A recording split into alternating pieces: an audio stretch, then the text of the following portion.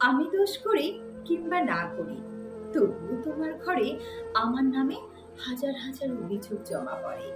তুমি রাজা সেজে সাজা দিতে এলে আমি ভয়ে ভয়ে থাকি, কারণ তোমার বিচার নিয়ে আমি সন্দেহ রাখি।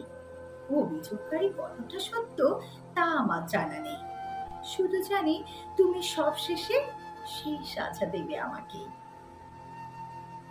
যেহেতু সেসব অভিযোগকারী তোমার আপনজন, সেই সুবাদে ছাড়া পায় তারা সচল পোষণ।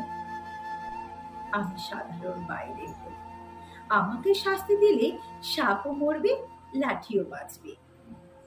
এটুকু বুঝেছিলে, একখানা কথা তুমিও বোঝনি, আমিও বলিনি তাই।